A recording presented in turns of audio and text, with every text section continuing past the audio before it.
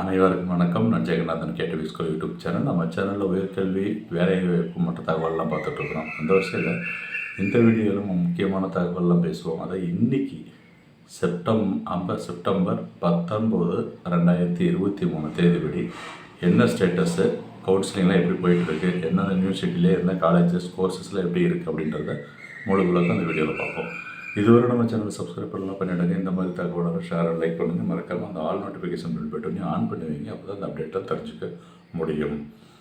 சரி, இப்போ latest and recent update அப்படின்னு பார்த்தோம்னா, தனுவாஸில் 20ஆம் தேதி, அதாவது செகண்ட் ரவுண்டு ஆன்லைன் கவுன்சிலிங், அந்த ரீஅலாட்மெண்ட்டு ப்ரெஸ் அலாட்மெண்ட், இந்த மாதிரி ப்ராசஸ்க்கு எல்லாமே செகண்ட் ரவுண்டுக்கான ரிசல்ட்டு 20ஆம் தேதி வெளியிடறதை சொல்லியிருக்காங்க.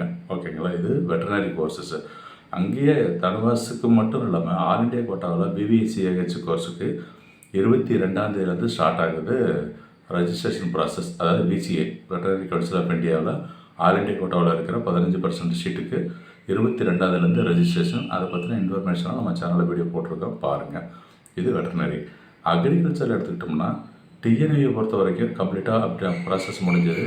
இந்த ஸ்பாட் அட்மிஷன் மட்டும் ஷெட்யூல் பண்ணியிருக்காங்க. அதுவும் 22ஆம் தேதி கொடுத்துருக்குறது.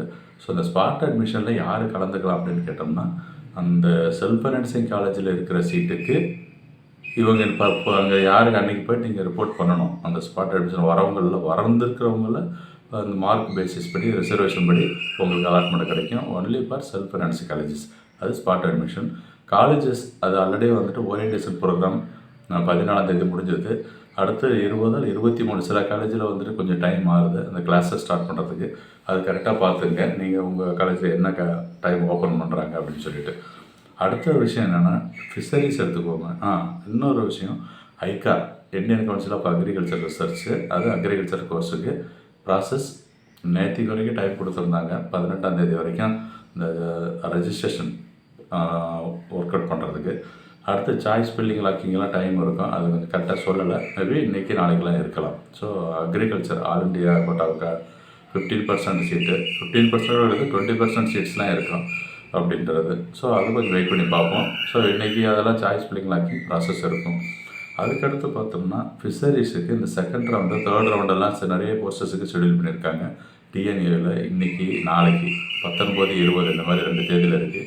அதெல்லாம் நீங்கள் அட்டன் பண்ணுங்கள். ஒவ்வொரு ஷெட்யூலும் அவங்கவுங்க ஷெட்யூல் என்னவோ அதை போய்ட்டு அட்டன் பண்ணுங்கள். அதுக்கு அடுத்து பார்த்தோம்னா இதுதான் வந்து ஃபிஷரிஸ் கோர்ஸுக்கு.